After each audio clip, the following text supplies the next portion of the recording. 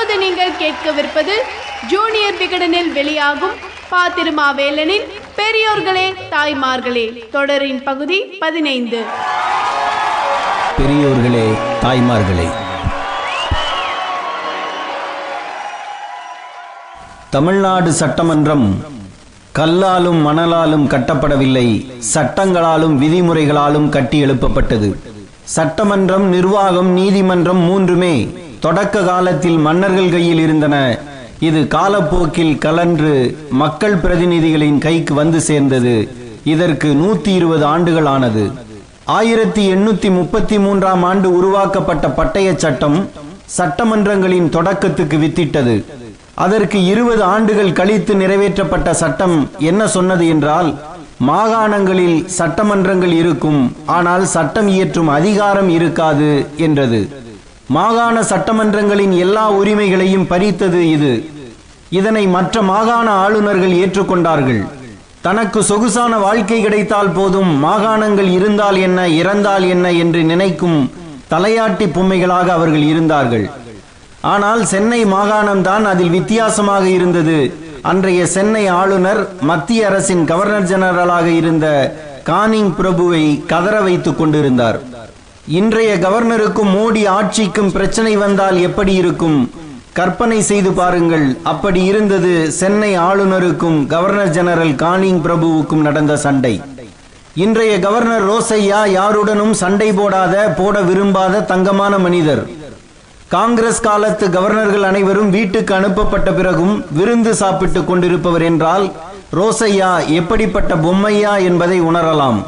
சட்டம் ஒழுங்கு சந்தி சிரித்தாலும், எதிர்க்கட்சி தலைவரே இல்லாமல் தகவல் ஆணையரை தேர்வு செய்தாலும், தினந்தோறும் யாருக்கு பதவி பிரமாணம் செய்து வைக்க சொன்னாலும் எதிர்கேள்வி கேட்காமல் அனைத்துக்கும் தயாராக இருக்கும் தலையாட்டி கவர்னர் இவர்.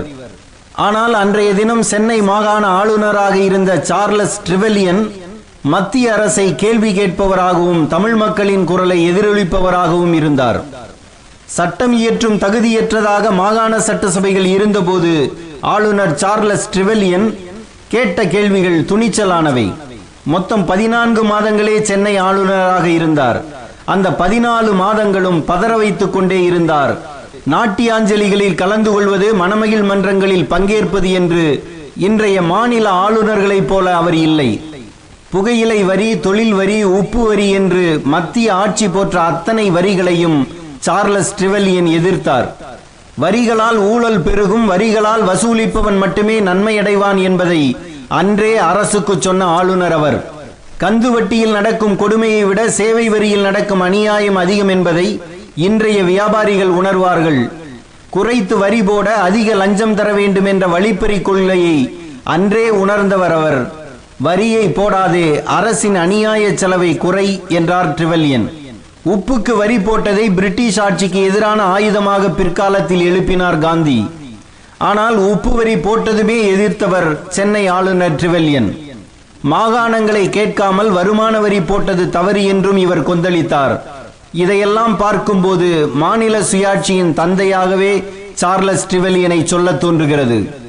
இவை அனைத்தையும் ரகசியமாக செய்யவில்லை, பத்திரிகைகளுக்கும் தகவலாக தெரிவித்தார். நாட்டு மக்கள் இதையெல்லாம் அறிந்து கொள்ள வேண்டும் என்று சொன்னார்.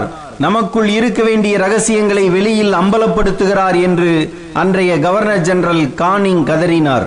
சார்லஸ் ட்ரிவெலியனின் நோக்கத்தை ஏற்றுக்கொண்டாலும் கேள்வி கேட்பவனை அருகில் வைத்துக் கொள்வது அதிகார வர்க்கத்தின் வழக்கமில்லை. எனவே இவரை இங்கிலாந்துக்கே திருப்பி அழைத்துக் கொண்டார்கள்.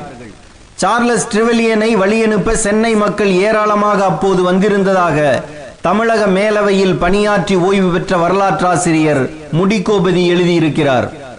ட்ரிவெலியனை இங்கிலாந்துக்கு திருப்பி அனுப்பிய அரசு செயலர் உட் அவருக்கு எழுதி அனுப்பிய கடிதத்தில், ஒரு நேர்மையான, நீதியான, மிகவும் அக்கறையுள்ள, சுதந்திரமான ஓர் ஆளுநரை இழந்துவிட்டோம். அது இந்தியாவுக்கு ஒரு பெரும் இழப்பாகும். ஆனால் நீங்கள் செய்த செயல் மத்திய அரசையும் அதனுடைய அதிகாரத்தையும் பொறுப்பினையும் எதிர்த்தது பொதுமக்களை புரட்சி செய்ய தூண்டிவிடுவதற்கு இணையானது ஆகும் என்று குறிப்பிட்டிருந்தார். அப்படியானால் ட்ரிவெலியனின் நடவடிக்கைகள் எப்படி இருந்திருக்கும் என்பதை நினைத்து பாருங்கள். இந்த கடிதத்துக்கு ட்ரிவெலியன் அனுப்பிய பதிலில் எழுதப்பட்டு இருந்த சொற்கள் தமிழ் ரத்தம் ஓடுவனால் மட்டுமே எழுத முடியும். வட இந்தியாவில் இருந்து தென்னிந்தியர்கள் வேறுபட்டவர்கள். எங்களுக்கு ஏற்கனவே சட்டம் இயற்றும் அதிகாரம் இருந்தது. அதனை பறித்தவர்கள் நீங்கள். அந்த அதிகாரத்தை எங்களை கேட்காமலேயே பறித்தது தவறு. எங்கள் தென்னிந்தியாவில் தான் பிரிட்டிஷ் ஆட்சி முதலில் நிறுவப்பட்டது. எங்கள் மாகாணத்தில் தான் பிரிட்டிஷார் முதலில் அடியெடுத்து வைத்தார்கள். இதற்கு பிறகுதான் பம்பாய்க்கும் கல்கத்தாவுக்கும் போனீர்கள். நாங்கள் பெரிய மாகாணம், சிறிய மாகாணம் பயப்படுவதைப் போல நாங்கள் யாருக்கும் பயப்பட தேவையில்லை என்று பிரகடனம் செய்தவர் ட்ரிவெல்யன். அவர் நாங்கள் என்று சொல்வது அன்றைய சென்னை மாகாணத்தை, இன்றைய தமிழ்நாட்டை. அதாவது தன்னை இந்த மாநிலத்து குடிமகனாகவே நினைத்து கொண்டார் ட்ரிவெல்யன். மக்களின் உணர்ச்சியையும் மக்களின் உள்ள கிடக்கையும் வெள்ளை ஆட்சியாளர்கள் மனதில் விதைத்துவிட்டு இங்கிலாந்து போய்விட்டார் ட்ரிவெல்யன். 1861 ஆண்டு இந்திய சட்டமன்றங்கள் சட்டம் உருவாக்கப்பட்டது.